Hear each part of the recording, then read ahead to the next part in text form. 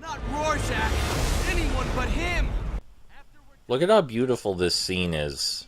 Look at how great the lighting is here. Anyway, I completely sympathize with that cop. You know, anyone but Rorschach, please. Anybody but Rorschach.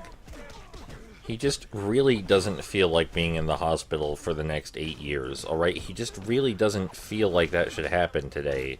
Anything but Rorschach today, come on.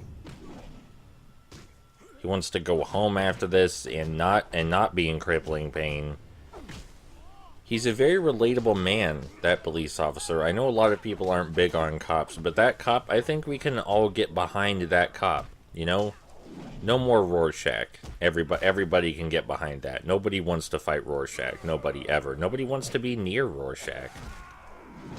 So these cops actually significantly wussier than the mercenaries we fought in the last level. But that's okay, because this level has a lot of pathfinding in it. And by pathfinding, I mean we're going to be doing a lot of grappling, lifting doors, and jumping up and down things. There's not so much any, you know, puzzles or thoughtful maneuvering. It's just, in order to spice this level up, there's a lot of splitting up and meeting up again, and splitting up and meeting up again, and climbing up and down rooftops. So that way you don't realize that, that the last level was the most challenging one. And admittedly, you know, the concept behind this level is cool. Running across rooftops while you're trying to escape the police is really cool. I don't know why the police are on the rooftops, because we will fight some police officers on the rooftops, and I can't for the life of me figure out why they're up here. Because they shouldn't be. Anyway, this level's real short and simple. If there's one challenging thing about this level, it's that some police officers have batons, and the batons are the weapons that deal the most damage in the game outside of the final boss's weapon. I'm really not looking... Oh, hey, it's mentioning the batons right now.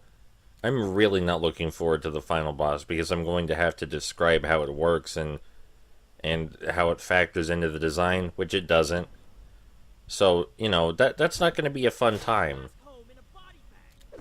A lot of the time, boss fights are exciting to discuss because they're like the pinnacle of the design. They're like the design brought all together. But the thing about this game is that it doesn't lend itself very well to boss battles. You can do boss battles well in this game's engine. I know that because the only good thing about the second game's gameplay is the boss battles.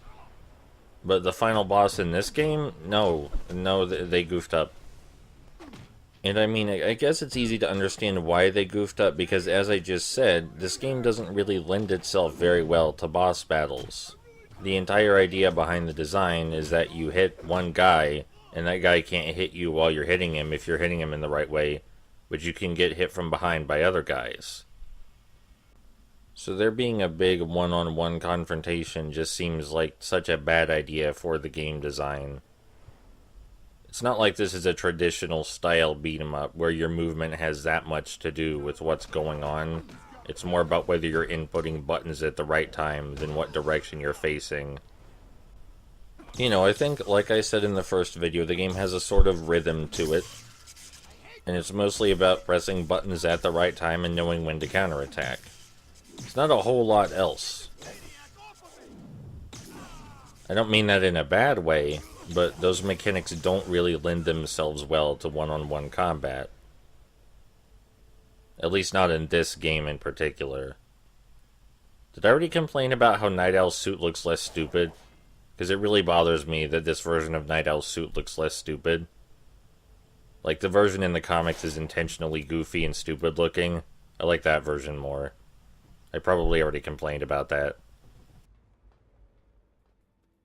So there's like one last big fight with the police officers to cap off this level right here.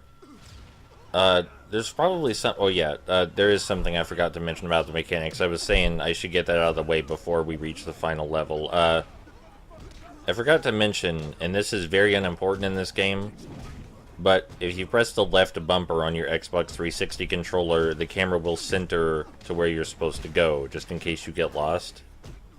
Like, it's the find out where you're supposed to go next button, the get unlost button, if you will. I don't find that button to be necessary in this game. It's very rare for me to get lost in this game. It is more important in the sequel, because in the sequel the levels are much longer and they drag on, and you're likely to see scenery that feels very familiar. So you might not know where you're supposed to be going. I love how angry these fucking police officers are. Jesus. I'm gonna strangle you with that stupid scarf, he says. I hate to break it to you, dude, but first of all, that's a cape. And secondly, I don't think you could strangle Night Owl with it unless you removed his outfit first, because I just can't see that working out physically. Like, in my mind, I can't see you strangling Night Owl with his own cape while the suit's on, because there's like a big bulky thing around his neck that would probably make it difficult to strangle him with his own scarf / cape. I'm just thinking it's not such a practical idea, maybe. We're definitely getting close to 39th and Charlton.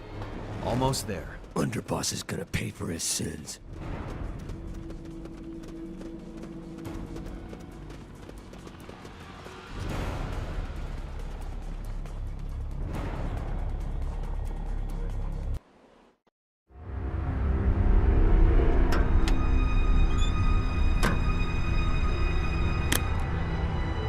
Nice, very nice. Top of the line. Well worth the... Huh? Son of a bitch! What the fuck is this? Game's over, Underboss. Damn it. Looks like we're too late to save Woodward and Bernstein. No, wait. You got this wrong. I didn't do this. I was set up. Like you set us up back at your hideout. My hideout? I ain't been there for years. Tell it to the judge. Not a chance. I'll die before I go back inside. Your choice.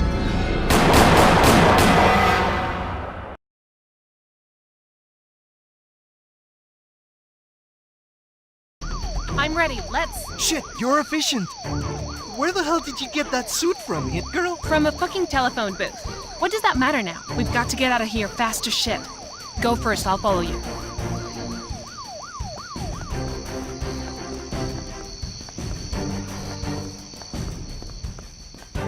And what are we supposed to do now? Look for answers. Beat up bad guys. Catch the guy responsible for this by the balls and cut him off. Fry him up and make him eat him. I like that plan.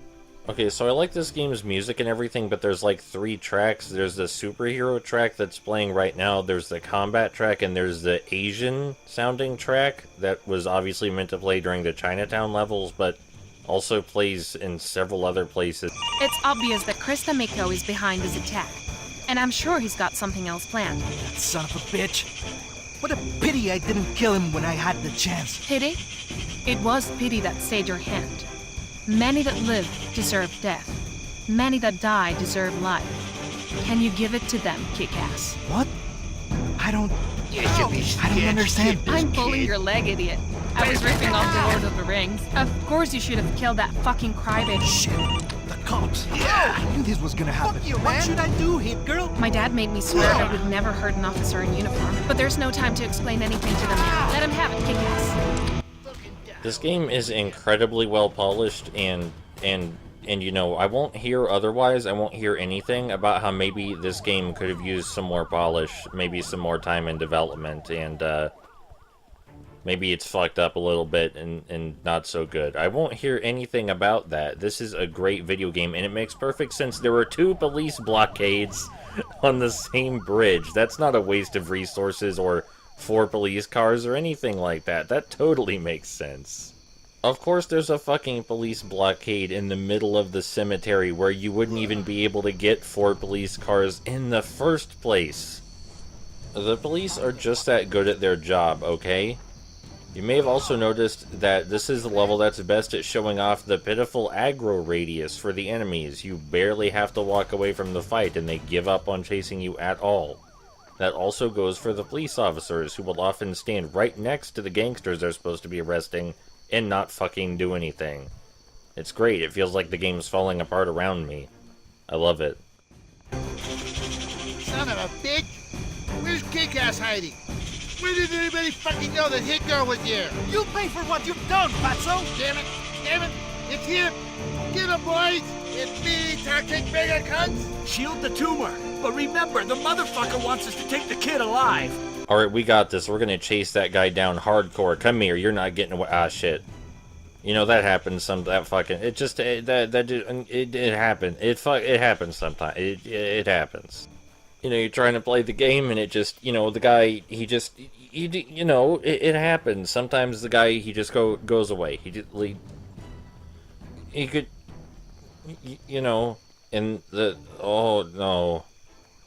Wow, I didn't realize I was so good at doing, like, the fake crying voice. I was actually really good at that. I can do a real crying voice, though, too. This game makes me want to cry sometimes. I could also actually cry right now. If you guys want, I will cry for you, the audience, to allow you to experience the game design of Kick-Ass 2 more legitimately. I feel like crying would enhance the experience. You don't have to fight a single group of enemies in this entire fucking chapter. Not a single group of enemies. It's great. And I mean that because otherwise this level would be 50 minutes long. Alright, who sprayed arrow graffiti on the grass? On the fucking grass. On the grass? This is full of police. They must be trailing the tumor. Can you avoid them? I don't think so. I'm sorry for them then, but they're in charge of their medical insurance. I mean, I'm pretty sure we can avoid them, actually, even though there are invisible barriers everywhere that makes it slightly more difficult. I'm pretty sure we can just walk right around them like this, yeah. So, yeah, we can avoid them, in fact. Hit Girl and Kick-Ass. Oh, these are some fast-ass cars. This is a fucked up road, though. Maybe want to slow down a little bit when you got a man in green and yellow trying to cross. If you can't brake in time to stop yourself from hitting a man wearing bright green and yellow, then you're going too fast. It's a universal rule. It applies everywhere. You might notice there's a lot of fog. I don't know why. That's just, the game just does that for some reason. There's just a lot of fog. You can still see the pop-in even though there's fog, which is great. You figure the fog could be used to disguise the pop-in or something. Are you close to the boats? Yeah. Any ideas of where the tumor can be? No, it's just that I love that place. My dad used to bring me here after a hard day of workout. That's beautiful, Hit Girl. Okay, enough sentimental shit. Let's save the city, Kick-Ass! That dialogue is entirely optional, by the way. You don't have to come down by the boats at all. You can avoid them entirely. But, you know, I thought it would be nice for you to see that dialogue so you could remember that someone thought about things in this game. That, you know, people made this game and they tried to make a good game. They just fucked up somewhere. It's important to remember that, so that way you don't cry. You know, maybe I should cry, because then I could say Kick-Ass 2 made me cry. Which I don't think anyone else has really said about Kick-Ass 2, the movie or the video game. Maybe the comic, though. I haven't read the comic. I'm familiar with the original comic. You're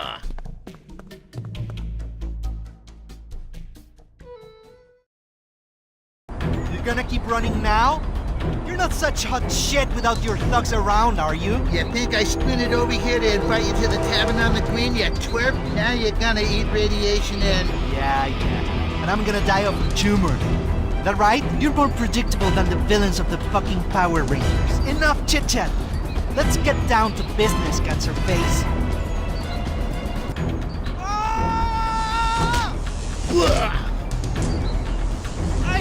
I'm gonna roll over you, moron! You're dead now, dumbass! Get that! A souvenir for the New York Yankees. No weapons.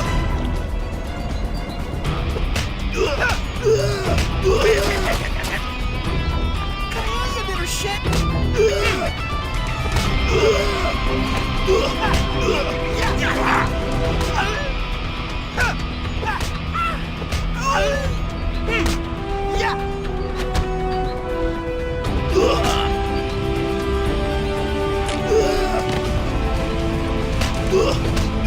Come on! I can take you off!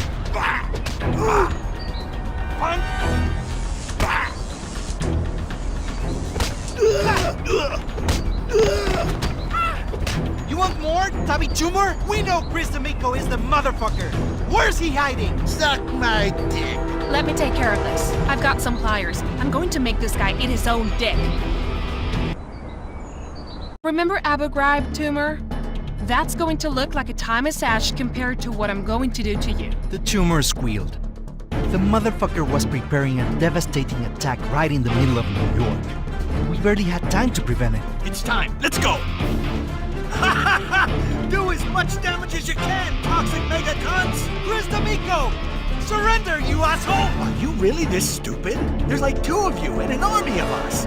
Do you seriously have such a hard-on to die? No, that's why we brought our friends. What are we standing around for? Take them down!